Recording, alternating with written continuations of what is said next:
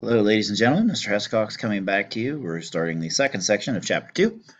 What is photosynthesis and respiration? That would be cellular respiration. Warm-up question is, why is water polar? Water is polar because hydrogen is positive, oxygen is negative, and you get these attractions between the positives and the negatives. Because water is polar, it is very important in the cell membrane. The outside of the cell membrane, right through here, are what we call the phosphate heads, and the inside of the cell membrane are lipid tails. So the outside is attracted to water, the inside is repelled from water. That actually makes the barrier to your cell membrane. This is another one of those little jokes. I'm sorry, we just can't be together. Is it because I'm fat? Well, that's actually the molecule of fat, a lipid. So it's water and lipids. I guess it's not as funny if you have to explain it, but I thought it was funny. Cells capture and release energy. All cells need energy. All cells use chemical energy. Chemical energy is the energy stored in the bonds. These over here represent bonds between atoms. To stay alive, chemical energy must be released. Glucose is the main source of energy. Glucose is the most simple monomer of a carbohydrate that we talked about in the previous section. To make glucose, you have photosynthesis must occur. Well, what's photosynthesis? This is in the chloroplasts, the green, tiny, chlorophylled little areas that have this ability to capture sunlight and convert carbon dioxide, water, into oxygen and sugar.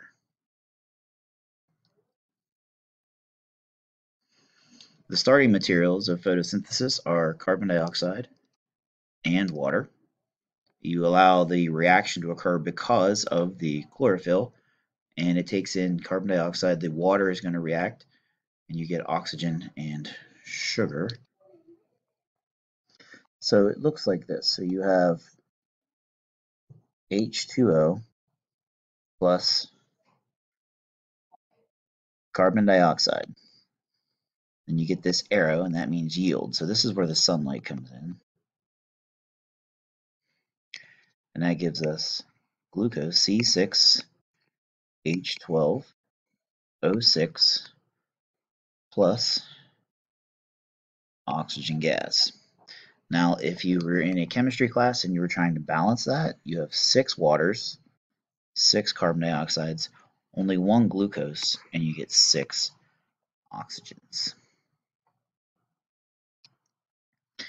Respiration is the exact opposite of photosynthesis.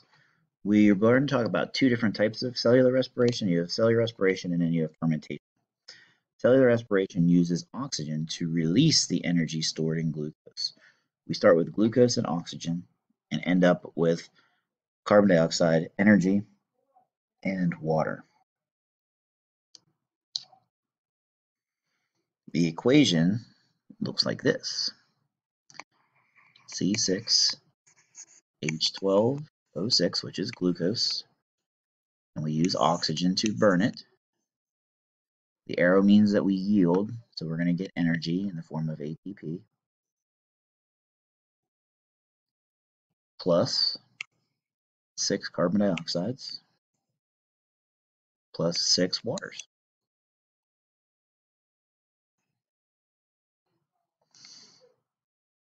So the byproducts are actually the starting products of photosynthesis.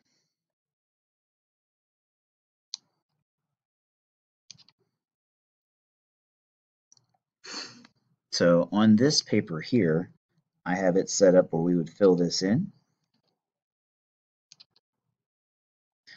So if you look here, the equation, this one's photosynthesis up here.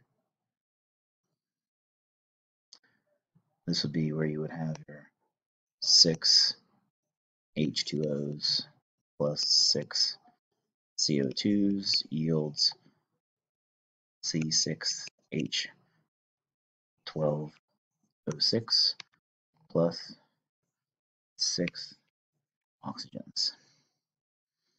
Then this would be oxygen here. This is the glucose, C6H12O6. This actually ends up down here as oxygen. This structure right here is your chloroplast. So this would be CO2 and water. So here's your chloroplast.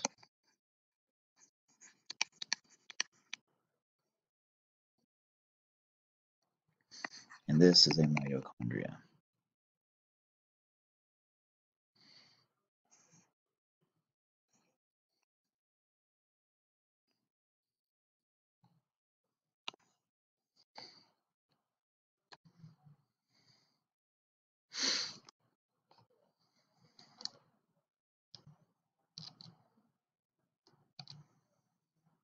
Fermentation is a little bit different because fermentation does not use oxygen.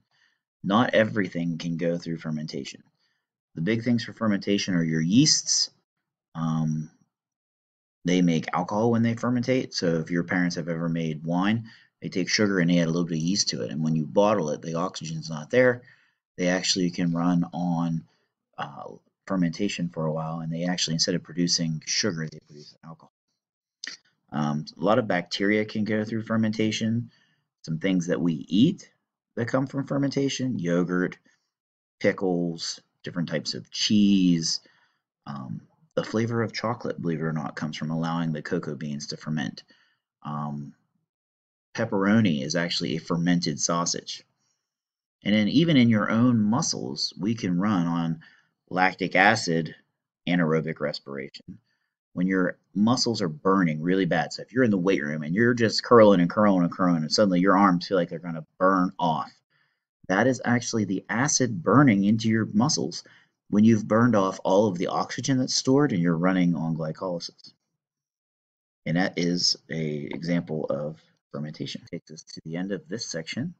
So we talked about photosynthesis using carbon dioxide and water to make sugar and oxygen. We talked about respiration using sugar and oxygen to get energy and getting carbon dioxide and water. And then we talked about fermentation, which is the releasing of that energy without the presence of oxygen.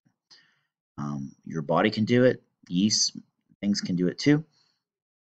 Make sure you get your reading done. Make sure you get that work done in Google Classroom. And until next time, I'm Mr. Hescox. Be good and be safe, and I'll catch you later.